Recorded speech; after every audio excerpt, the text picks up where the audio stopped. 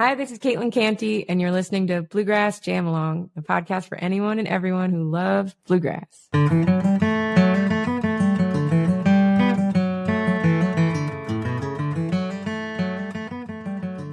My guest on Bluegrass Jam Along this week is Caitlin Canty, who has a wonderful new album out called Quiet Flame, and we are going to have a chat about that. Caitlin, welcome to the podcast. Hi, thanks for having me. First of all, congratulations on a wonderful record. I've been listening to it for a few weeks now and absolutely loving it. Thank you so much. And sort of rather than do the kind of what age did you start playing and work all the way through high school up to now, I'd just like to start with the record because it's got quite an interesting passage into the world, this record, didn't it? It was about to come out, or about to be made, just before the world stopped. Yeah. And I think you'd actually put one single out already by that point, hadn't you? I did. When we were planning to go in and record, I think it was March 2020, and not the greatest planning on our part, but we were trying to fit the recording session in, and I was pretty pregnant, so there was a window where it seemed like the best time to get that record done, and we actually had a tornado before the pandemic, a few days. So in our neighborhood in East Nashville, a tornado came through at night and flattened a few blocks of our neighborhood and came super close to our house. We were all, locked in there with the trees down and everything for a bit. And everybody was scattered around helping neighbors and, out with their chainsaws and bagged lunches. And then a few days later, it was go home and lock the doors because there's this virus going around, so it was a really strange moment in time. And when all the doors locked, the studio locked its doors too. And we thought, well, we'll just wait a week and wait a month and get after it. And that's not how things happened. So I did put out one song that I also put on this record, Where's the Heart of My Country? I just felt, I guess I'm an optimist. I thought it was going to not be as necessary, not be as timely if I waited until the record was ready. And I was going a little stir crazy. So we did that one, that version that came out at home, and Britt and Paul did it in a studio separately. So it wasn't the same kind of get together and record together. We had played it before. We were all ready to go in and cut this record. So it felt live because we were streaming with them, while they were playing to what I had recorded. But I don't know. It's just like, that's just a tease. I was just waiting to get into a room with those guys and play this music. So it felt so good when we finally got to realize it. And it does, like, for all it being your record and your songs, it does feel like such a band record. And I still feels like that about some of the other records as well. They feel like a collective effort. Even though it's one person's name on the cover, it definitely feels like a selection of musicians put together for a reason. Well, that's cool. I would hope so. I think I would love if that was my band full time and we had a different name than Caitlin Canty. I'd be very thrilled for that. But I think one of the reasons I record, the last 3 records I've made have been live in studio, and it's not been, I don't travel and play live and tour with a full band. It's just not realistic for me at this moment. But it seems like the bands that I've chosen they have to be these great players that I've heard play on different projects or played with before that can really move quickly in a studio, and also people who have a really strong individual voice on their own instrument. That's what I'm attracted to. So I don't really have a vision I'm trying to fit people into. I have like a dinner party, like if the people and the sounds that they create that I feel like would surround my songs and we would get somewhere together.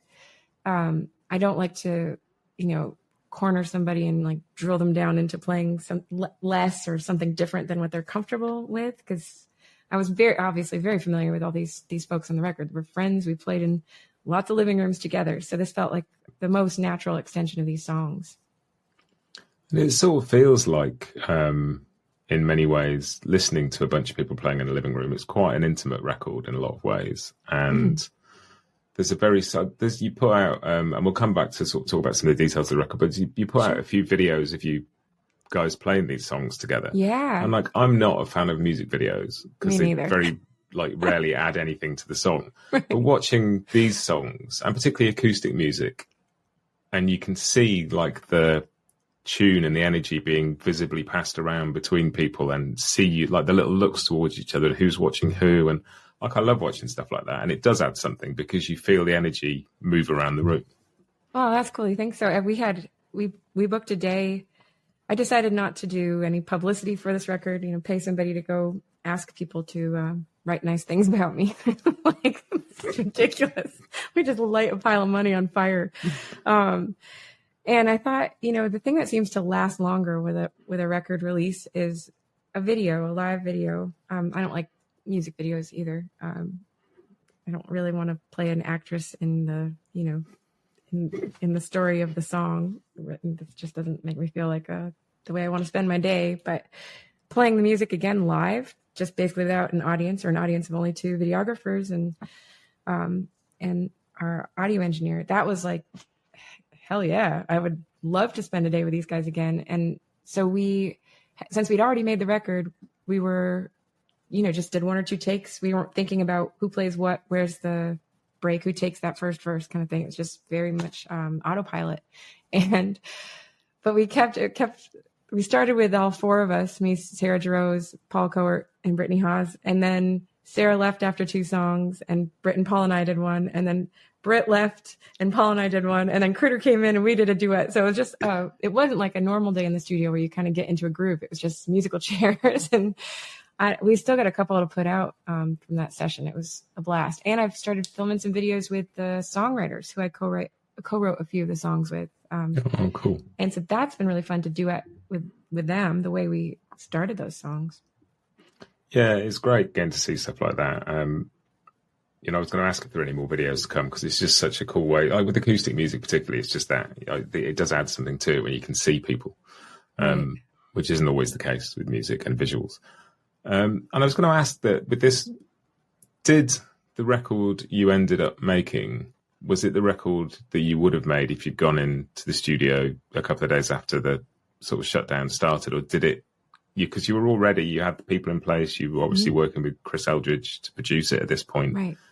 Did it just get delayed, or did it sort of morph into something else? Yeah, it morphed for sure. We were going to have a drummer play on the record, Joaquin Cooter, and he was flying in from LA. So that was a no-go as soon as the shutdown started. And losing him, it just made me rethink the whole deal. The core of the record from the beginning was Paul and Britt, the way they play together, the way their string arrangements worked on some of the songs that just took 2 of my older songs, Wild Heart and Odds of Getting Even, had both been kicking around for over 2 records. They just didn't fit on past records. I've been playing them in my live show. And when Paul and Britt played those, it was like, yep, this is it. This is the sound for this song. This is what it's been waiting for. And so they were kind of the essential heart of the record vision. And Paul is such an insane bass player. I mean, sometimes if he's playing drums, he has to share the space of the rhythm section. But if he's, released to have a little more space, then he can be more featured. And if Sarah is playing her mandolin, she can be the drummer, so to speak. And I think Critter had the brilliant idea of asking Sarah. I was like, well, of course. He said, what if we ask Sarah if she'd want to, fill this out? We make it the string record. And I was like, yeah, that'd be great. What are the chances? And she was down for it. And we had a lot of dates on this too, rehearsals, and she's been such an amazing.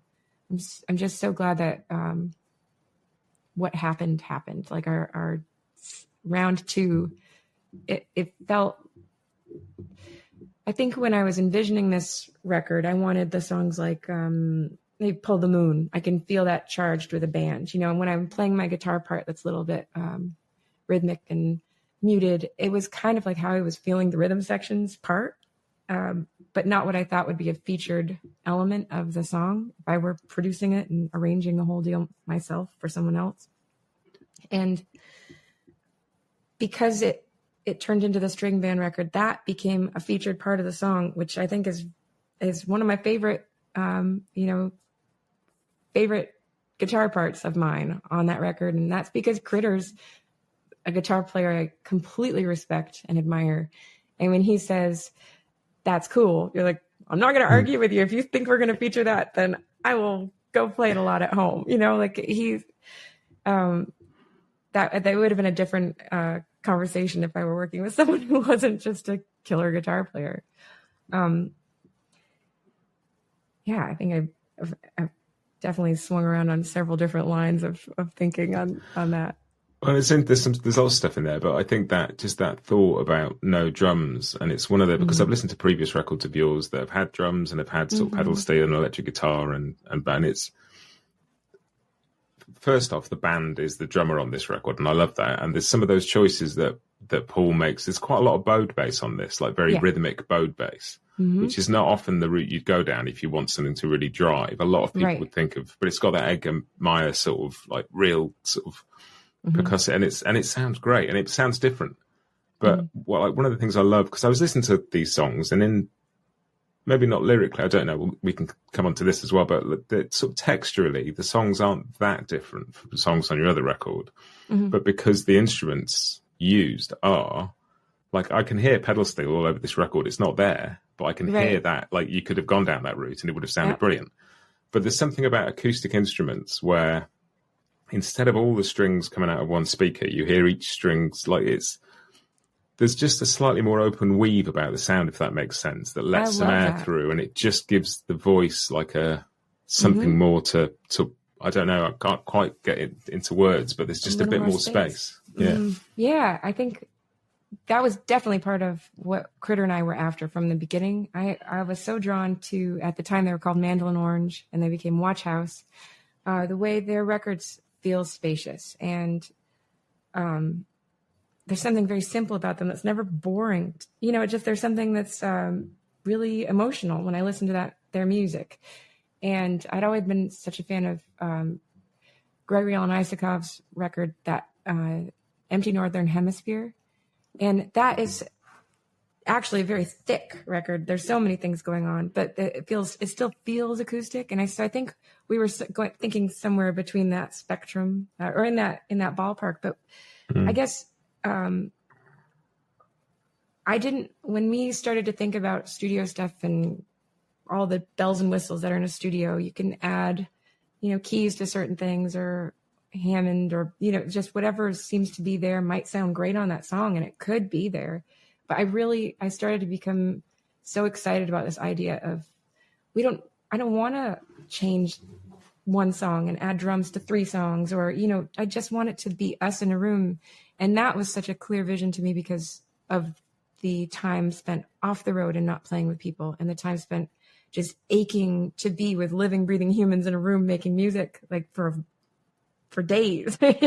Let's not put anything in the way of that. Let's not put an amp in a different room and play an electric guitar. Let's not separate ourselves. The way we were organized in the studio, I was actually separate, but I could look into the big room, and the band was in the big room together. And I actually did one song with Paul at the very end, Quiet Flame, together in the big room, which was really, really sweet.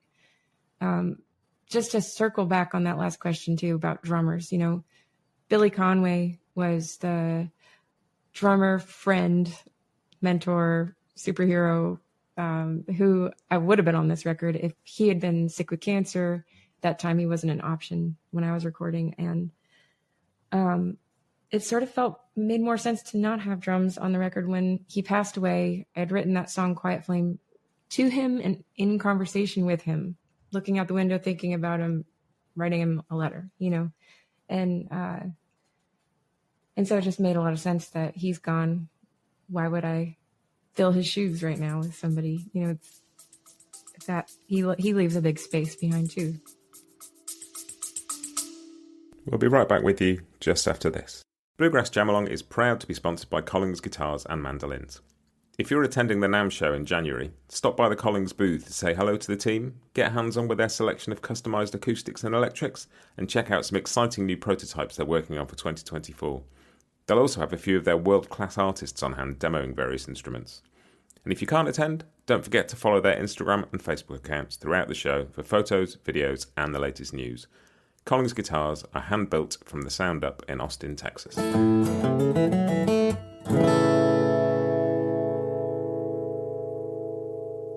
This episode is also brought to you by Peghead Nation, the home of roots music instruction. If one of your 2024 resolutions is to improve as a musician, Peghead Nation is the place to go.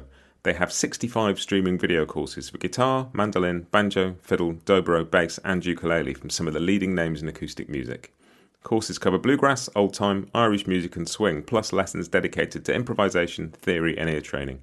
Your first course is just $20 a month and you can add more for $10. Try any course free for a month with the promo code JAMALONG.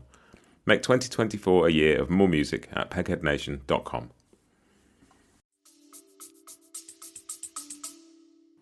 And it's really interesting what that does for the rest of the band, because it's like you say, in the studio, if there's a Hammond there and there's this and there's that, people like to play and go, let's try that, see what that's, and that's a brilliant way to make records.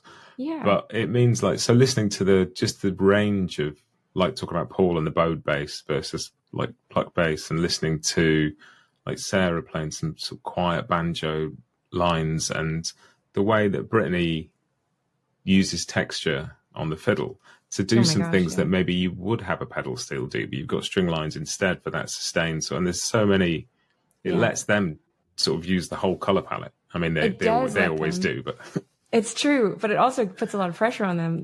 The fewer players there are, the more spotlight is continuously on them. It doesn't just shift over and they get to step away. It's really everybody's on deck, all hands on deck.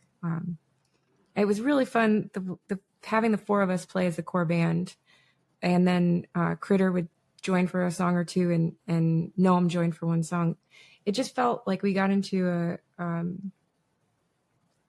zone where in some songs, like Sarah and I were a unit, like let's say Wild Heart, we were co-singing live, which is amazing that she could do that. Well, we were far enough away. It's not like we're just next to each other singing that. She was on me like glue.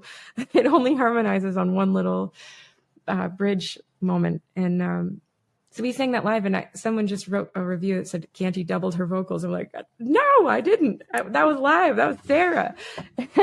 And that's why it's so spooky, I think, because it's real. It's not just, an effect happening after or singing to yourself. But it felt like we were twins on that song, or on Pull the Moon. We were strumming. We were doing a similar pattern on our instruments, but it gave it kind of when you pan those instruments, it gives you like you're in a different space when two instruments are reflecting each other. And in Paul and Britt, the way they play together always feel like a two-headed monster to me. They're just like one being. And so it was just, it was absolutely like a carnival for me. It was just the coolest way to explore my songs. It was like sweaty and raw, and like a big family hug, and just a party for these songs that had been waiting so patiently for anyone to play along with them. So I just had a blast there, and also like these are my friends, but I'm also massively intimidated by them. They are just masters of their instruments, complete superstars, and I'm a songwriter who sings because I have to sing. Someone's got to sing my songs. And I'm a guitar player because I write songs. And all of that stuff has grown because of the songs. But I didn't start out as some guitar hotshot. It's not like that's where I come from. So I surround myself with, I used to play soccer, and basketball when I was a kid. And I always remember the term, you just got to play up. That's the only way to ever get better. So surround yourself, like, I would play with the boys when I was on, playing soccer team. We would scrimmage with the guys, and that was one way we got better. Play with the older kids. Like it just the musicians that I look up to. If I can hear them play my songs, it's just like the biggest gift. It's such a thrill. And you can kind of flip that round, and you're being really modest there. You can flip that round and say musicians who are that good need some material to connect with to get the best of them out. And it sounds like the perfect blend of all of that on this record. It's like, none of those are players who would ever dial in a performance, but when there's some magical moments that are drawn out of them by the songs and by the collaboration, and it's a two-way street is what I'm saying, I guess. Well, I'd hope so. And it's interesting you talk about the vocals, because you mentioned Watch House, and Andrew sings on the record along with Sarah. And that first track, Blue Sky Moon, it starts and I'm sitting there going, this is good, I'm here. And then the harmonies come in. And you go, oh, okay, here we go. That point where those harmonies come in is so kind of just such a moment so early on in the record. Cool. And just that, those three voices together, you sound great. Yeah. What a trip. I mean, if I could, I got my first picks on everybody on this record. I had said to Critter early on I usually like to sing with a male harmony vocal. Just, it seems to suit my voice. My ear's drawn to that lower side of the harmonies. And, I said, I'd love somebody who sings like Andrew Marlin type voice. And he said, why don't we just ask Andrew Marlin? And so we did. And he was happy to assist. He's the only one we didn't have live in the studio. He was in North Carolina, and he sent us his backing vocals after we'd, send him the tracks. But they were just, done. Thank you very much. There was no, could you try? So thank you. That was perfect. Exactly what I wanted. So felt very lucky. And it's interesting because Chris Eldridge produced this, and I don't know about this. There must be all sorts of stuff I'm missing, but from what I've seen him produce, he seems to produce quite a lot of instrumental music. I haven't seen him produce a whole lot of vocal stuff. No, before. I'm excited that I got to be, I guess, possibly, I don't know if it's officially his first. So his partner of many, many years, Kristen Andreasen, is a great friend of mine. We've co-written some songs together too. She's an insanely beautiful songwriter. They just pour out of her. It's so unfair. And so he's been, in their long-standing musical relationship, a huge partner in how her songs are shaped and produced. And I'm sure so it's not like it's new ground. He's a singer-songwriter himself. It's, I guess the producing part isn't what he's after so much. I think Critter's just he grows. I've seen him play in Punch Brothers years before Chris Thiele started it. What the whole band pretty much played for Live From Here on those few years where Prairie Home Companion turned to Live From Here, that radio show with just live music, wall to wall, brand new stuff, so much work. They created these beautiful shows that would just, disappear after that moment in time. They wouldn't tour that song that they worked so hard on. Critter, what I'm trying to say is played electric guitar, and he played guitar on all these different styles of music.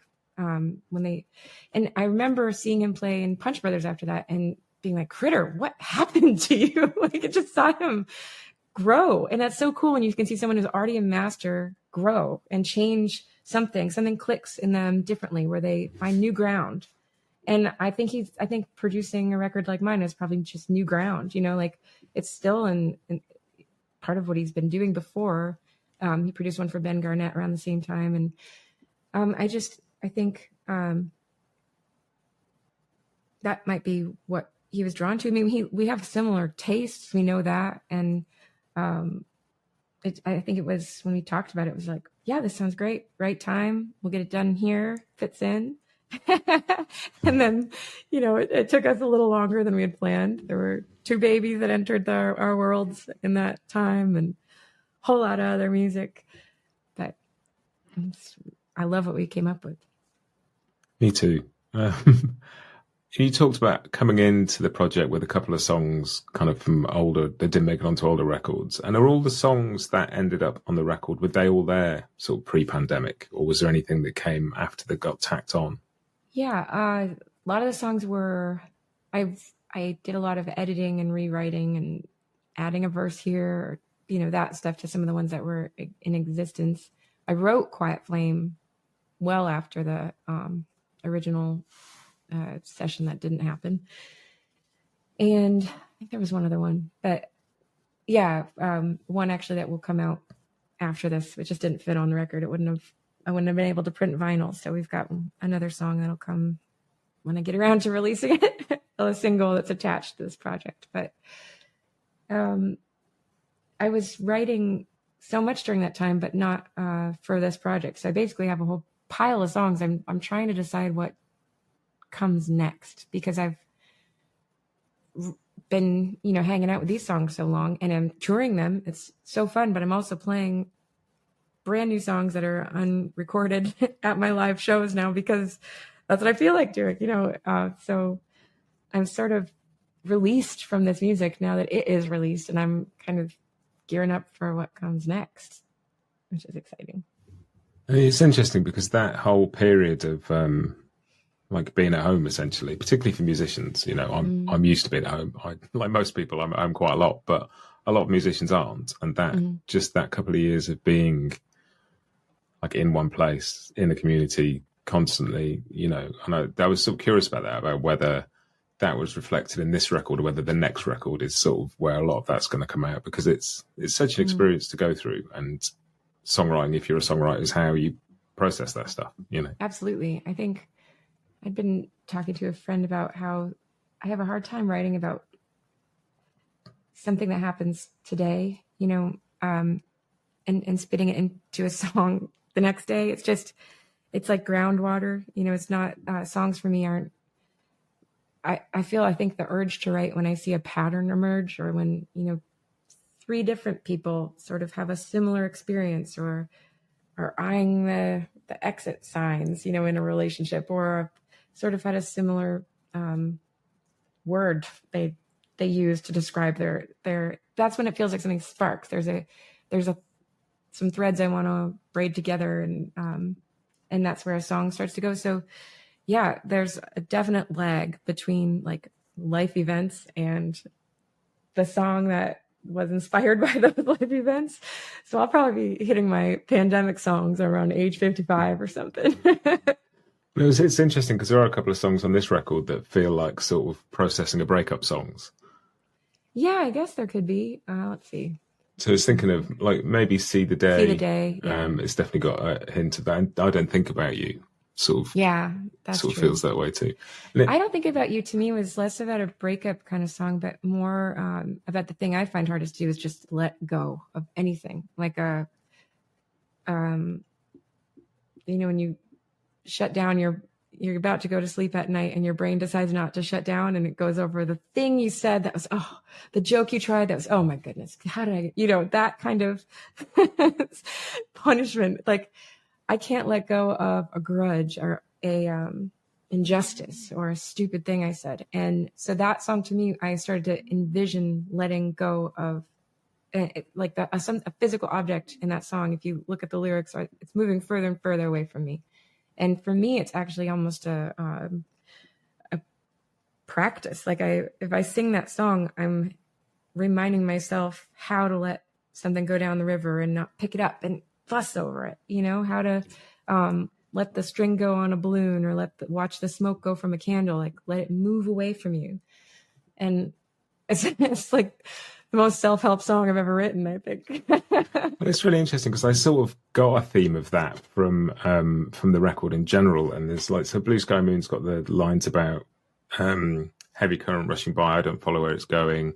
Yeah. There's line about, and I Don't Think of You, watch the memories flow by, I don't try to catch one, which is very much what you try to do when you're not kind of chasing your thoughts. And yeah, there's something, it feels like there's a thread of that through the record, a sort of, and it was one of the, and I wondered about that, because it's really funny that you say with I Don't Think of You that it's almost like a reminder to yourself, because I was wondering whether that's like, I don't think of you, or whether it's the narrator of the song telling themselves, like, I'm all right, I don't think about you. It's like, you know. Yeah, I think that song for me, there's such a country tradition, or like, what's the song? Where there's a cloud don't mean there's rain. Tears in my eyes don't mean there's pain. Don't flatter yourself. I'm over you. You know, it's like this whole song about I'm so over you, and clearly you're not. You know, that kind of country tradition, I think, is maybe infused in the I Don't Think of You song.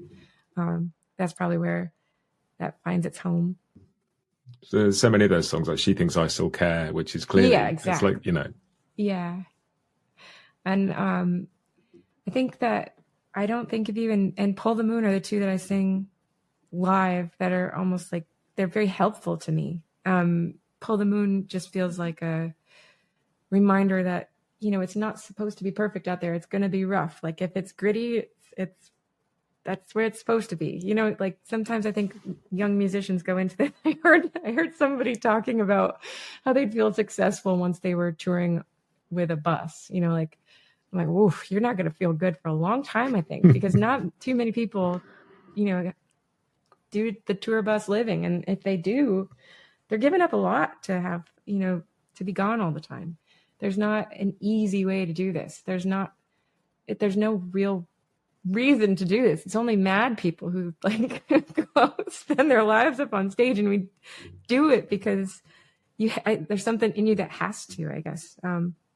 But that song Pull the Moon was just like the disillusionment and the realigning of your of your dreams and your reality. And I don't know, I am trying to get to the heart of the matter and find that spark again. Like sometimes if you feel emptied out, like there's nothing new to say or contribute, or no, I haven't heard a good new song in years, you know, kind of feeling that if that curmudgeonly side takes hold of me, like there's so many musicians I can look at and be inspired by, or people, you know, who are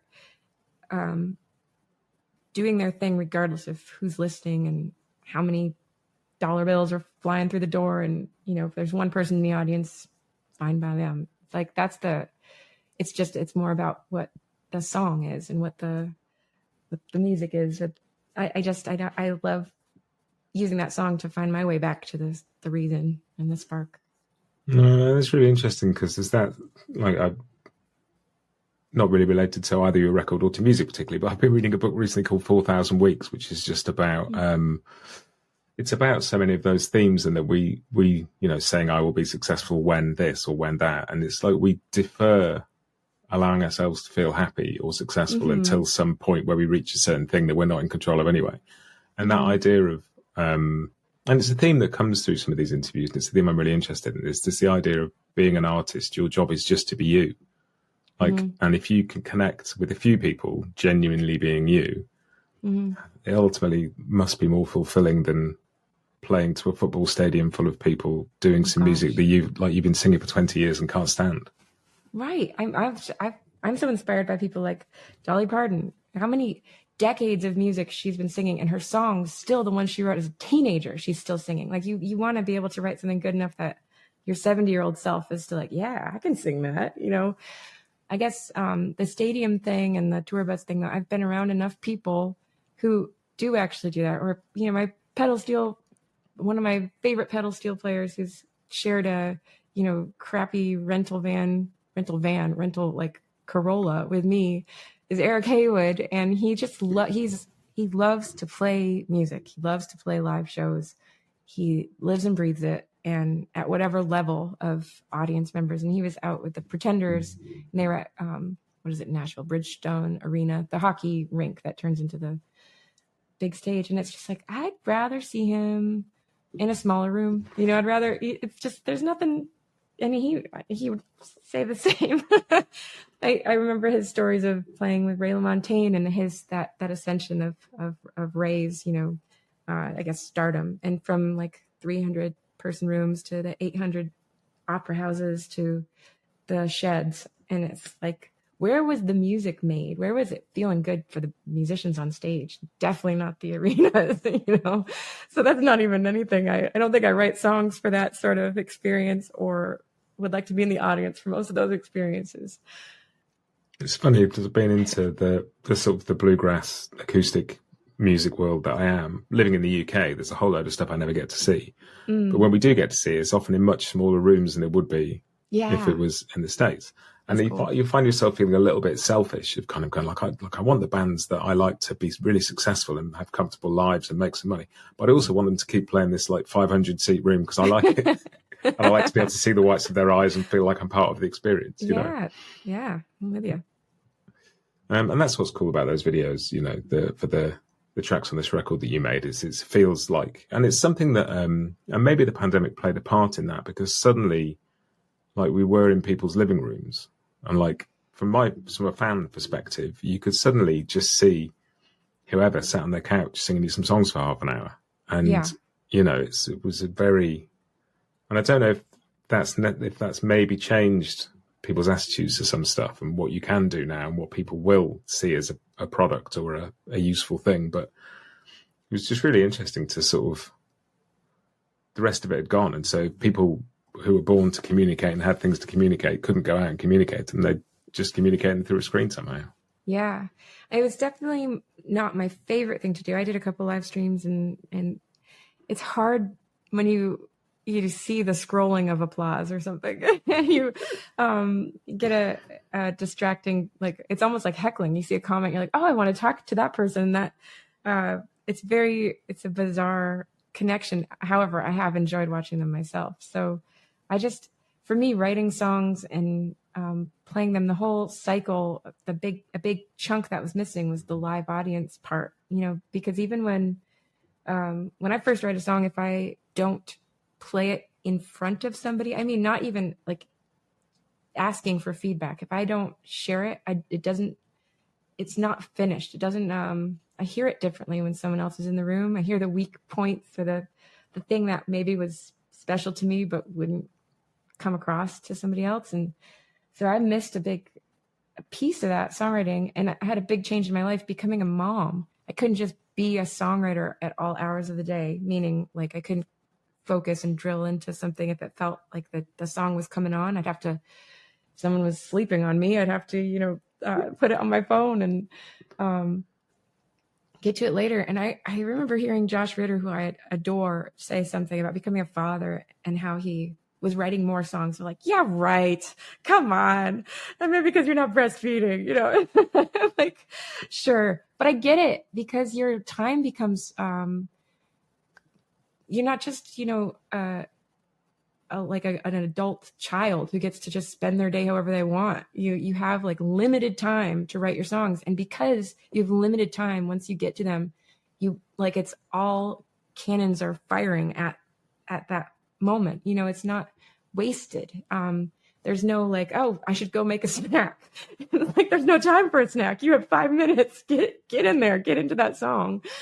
And I agree with that, how becoming a mom has changed my how I feel, what is essential in a song, what is essential to songwriting and music. It's just really, I guess, distilled that time spent and energy spent and like the purpose too. You used to be able to play a live show anytime you want. You might not get paid for it, but you can just go busk somewhere or, play a bar. And when you couldn't do anything like that. I remember just grieving the shows that I was planning on playing. I was going to open a bunch of shows for Jamie Johnson. He was playing some theaters and he's a country music singer and brilliant songwriter. We wrote one song together on this record. And I was looking forward to that because it's a different experience, it would have been a cool thing. And all of the shows I had planned to headline and they just evaporated. And so now every time I play a show, it's like, it's a gift, it's like, this could be it. It might not even happen tonight. So many things are canceled as you started to get back into playing them. So I don't know. I have that young pup feeling again with also the wisdom of a mom who's like zero bullshit. So I feel like I like this moment in time very much. I'm excited about the new songs I'm writing and I'm so happy and grateful for this record we made and how much my brilliant band poured themselves into it. It's just they made this music. It felt like it was as important to them as it was to me, And is it an odd experience them playing those songs live on your own? again? Do you sort of have to learn to? So when you tour them, like, when I play without the band on the record, we did one show in Nashville just to have kind of a party for the record, and then I've been playing with Noam and with Will Cedars, who's a great banjo luthier, who happens to live right down the road from me, which is very lucky. He plays bass and pedal steel. When you mentioned pedal steel on these songs, like, well, I'm hearing pedal steel now. The way I started writing songs in the community I felt like I came up in as a songwriter was the Boston folk songwriting community. So there's bands like Session Americana, or a lot of the bands I opened for. Chris Smither, well, he was playing solo, but I opened for him when the one time he had a band. Rusty Bell, Jeffrey Focal. Well, I guess Suitcase Junket is what Rusty Bell really became. Anyway, these bands were really collaborative, and a song didn't always have to be played the same way on the record. And it wasn't a band that was just a unit that only played its own music. Like, there's so much crossover and bleed across this community. So it was just entirely natural to have a tour where it's just me and Eric Haywood. He's on pedal steel and electric guitar, and I play my guitar. And that is the band for the record we made with a full band, And I write songs so they can fit different outfits. I try not to write things that are only a studio song, something that only really that makes sense in that environment and can't really live on in the same way live. And that's interesting about the sort of Boston sort of singer-songwriter community, because I was going to ask you about community, because so many of the people I talk to have either sort of grown up in the bluegrass tradition, or they kind of went to college to study music, and they've kind of got their communities that have developed out of that. Right. And I was going to ask you about sort of where your musical community came from, because it's such an important thing. It is important. I'm such an outsider. I was a biology major in college, and I picked up the guitar when I was 17. My parents gave me a surprise gift. I hadn't even asked for it for Christmas, because my best friend was getting an acoustic guitar and we always sang together. So they were like, that'd be a good one for Caitlin. So I just got a little junky acoustic guitar with the VHS tape and learned some chords and was just so into it. And I only started writing songs in college. And so, songwriters are essentially lonely people anyway. The songs come when you have quiet time away from other people, usually. For me, I'm not, I've co-written songs too, so that's not entirely true. But I was working in New York City after college. I worked for 5 years in 2 different jobs, one live music, one in the science world, and was trying to, be a real musician, whatever that means, write more songs and record a record. But it just felt like it was slipping further into this strange dream and not a reality. I would sing backup and I'd play a show once every 3 months or something at the Living Room or Rockwood Music Hall, little tiny clubs where at Rockwood Music Hall, it's so small that the soundman would be lofted above the door with his legs hanging down like onto the stage. It was a great proving ground for songs and for meeting people. So I met a lot of people at Rockwood. It was just a 45-minute set and a tip jar gig, and you'd stick around and hear other people. And I met Peter Bradley Adams there, who was my bandmate in Down Like Silver. And that was a key moment because he was real. He was doing this for real. He'd been playing for years, and his song, he caught me with one of his songs. I was like, now that's a real songwriter. I have to listen to everything he's written. My Love Is My Love. That song just really stung me.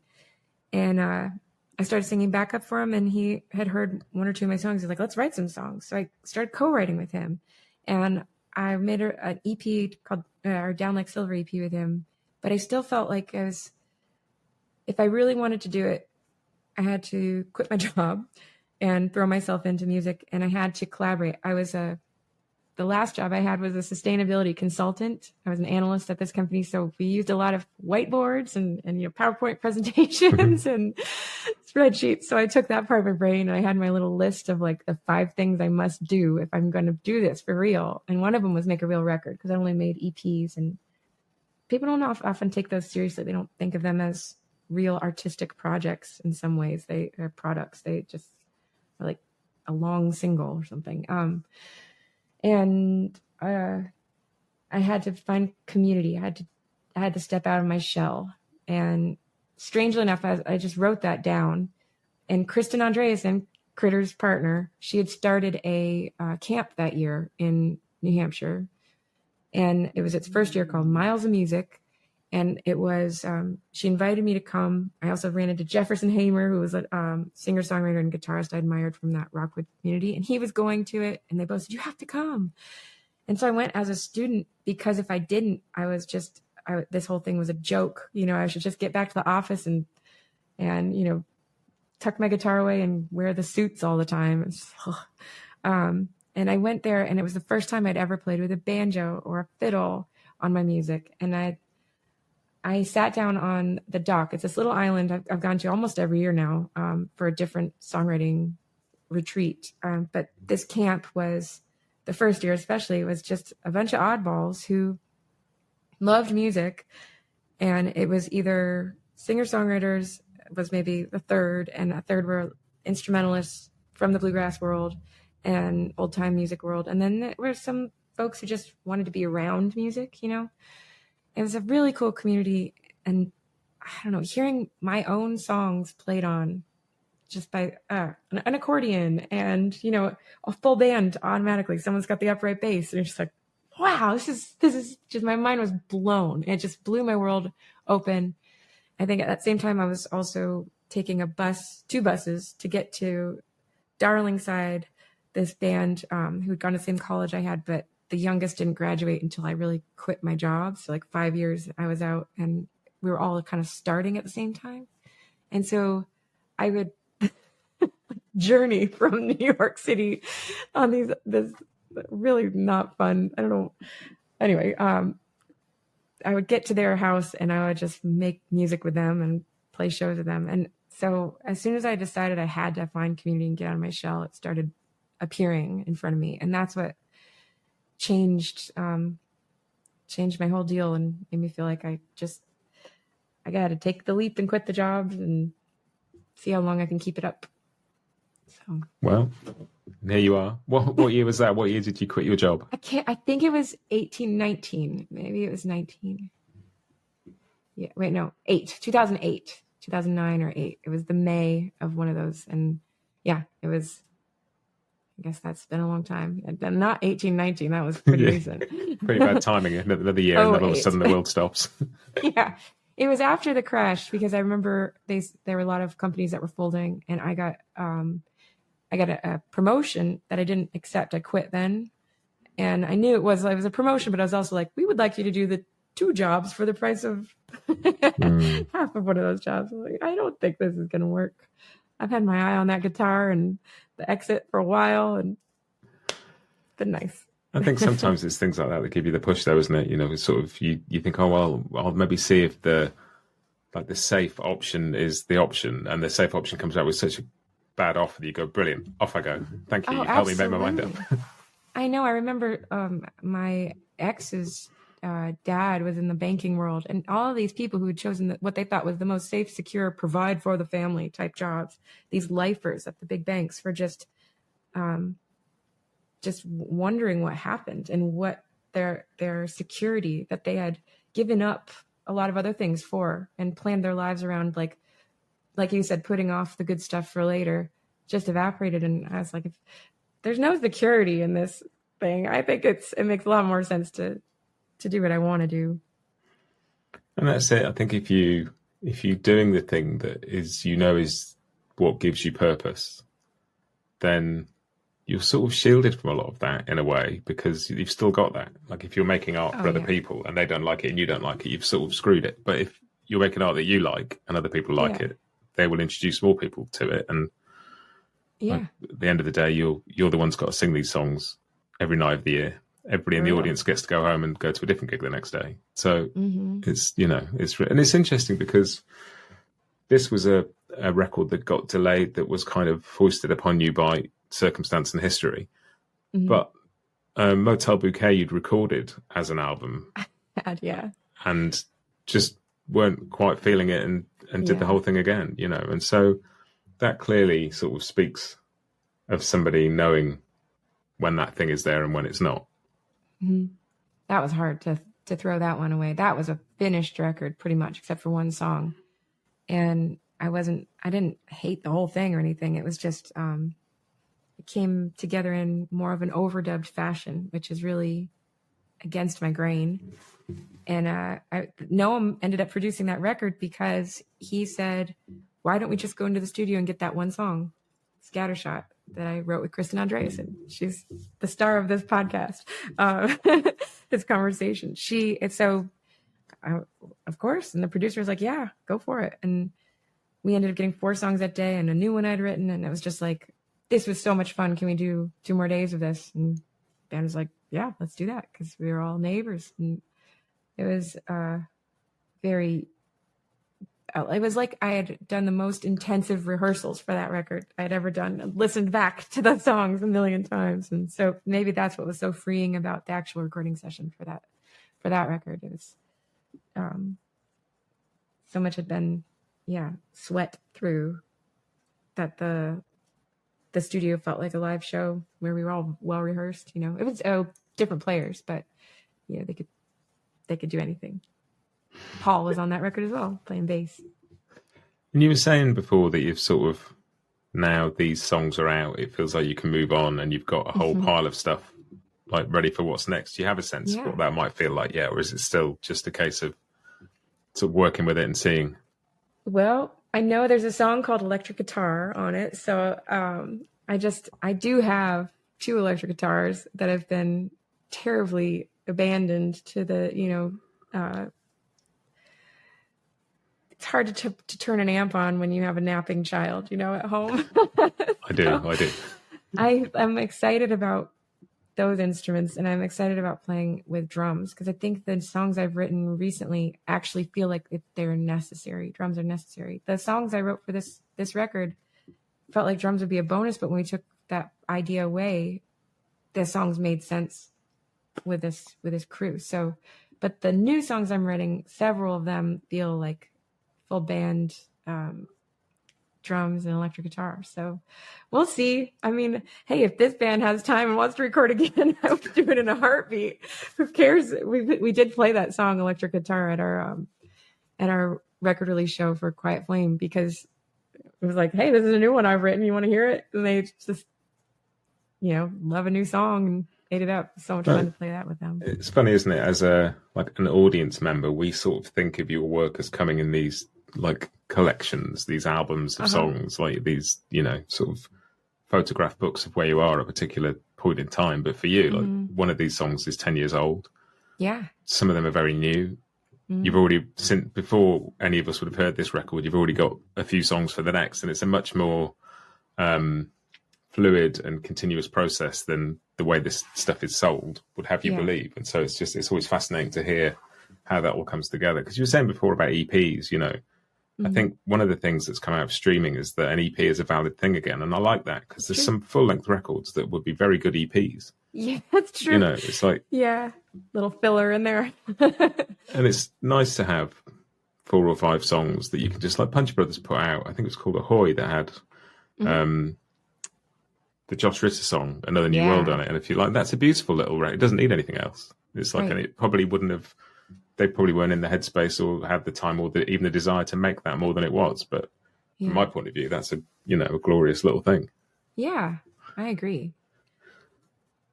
Well, I've really enjoyed this conversation. I very much hope that the next record doesn't have to be made twice and doesn't get interrupted by any form of global pandemic where we can't go out of our houses again. Exactly. I hope it's smooth sailing. Or a natural disaster. Oh my gosh. But this has been fun. I've really enjoyed it. Thank you. Oh, I love talking to you. Thanks for talking about music with me.